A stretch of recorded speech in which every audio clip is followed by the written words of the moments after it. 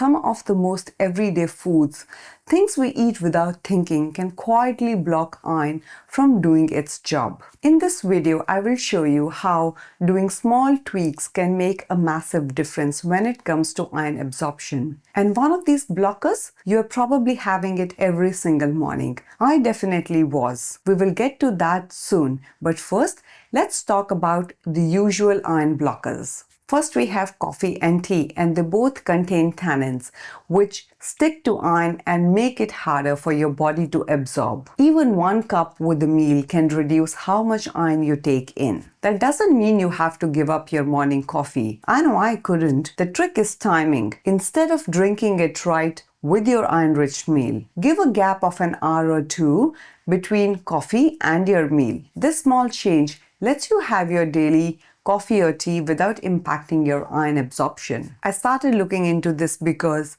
even when I was eating all the so-called right foods, my iron levels stayed low. It turns out it wasn't the food itself, it was the way I was eating it. Next is dairy products, milk, cheese, and yogurt. The issue here is calcium. Calcium is great for bones, but it competes with iron when you eat them together. A really common mistake is taking iron tablets with cereal and milk. It sounds healthy, but the milk is blocking the iron from being absorbed. The fix is actually really easy. Keep your dairy and your iron apart. If you're having an iron-heavy meal, save the dairy for later. And if you are taking a supplement, use water or juice instead of milk. Most people think iron is all about eating more spinach or red meat. But the real story is, it's not just what you eat, it's what your body can actually absorb. There are 2 types of iron, heme and non-heme iron. Heme iron is absorbed pretty easily and goes straight into making hemoglobin. It's found in animal-based foods like beef, lamb, chicken, turkey, fish, and seafood. Non-heme iron is harder for the body to absorb, and foods like coffee, tea, dairy can actually block it. It's found in plant-based foods like spinach, lentils, beans, tofu, nuts, seeds, and dried fruits. You don't have to give up coffee, tea, or dairy forever. It's about knowing when to have them and how to pair your meals, so your body can actually absorb iron from them. Next is whole grains and legumes. Now this is a tricky one because it includes a lot of healthy foods like whole grains, beans, lentils, and soy. The problem is they contain phytates, which can block minerals like iron.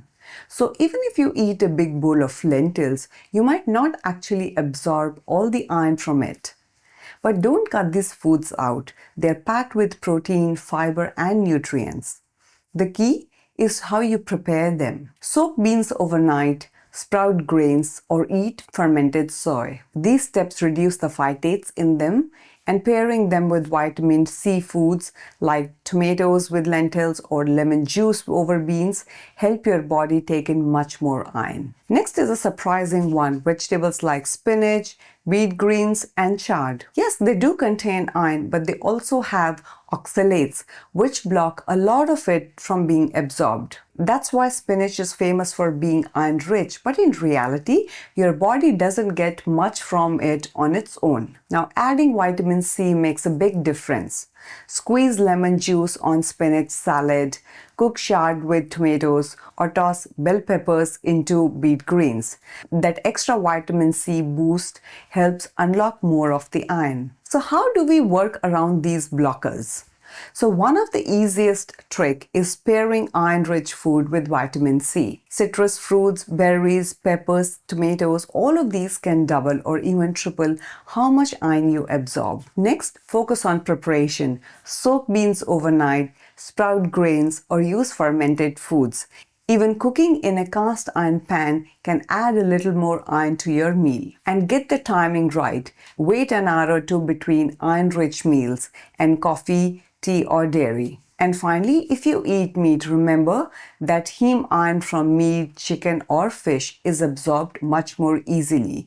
If you are vegetarian or vegan, it just means being extra mindful about vitamin C and cooking methods. Remember at the start I said there's one everyday food combo that quietly cancels out iron?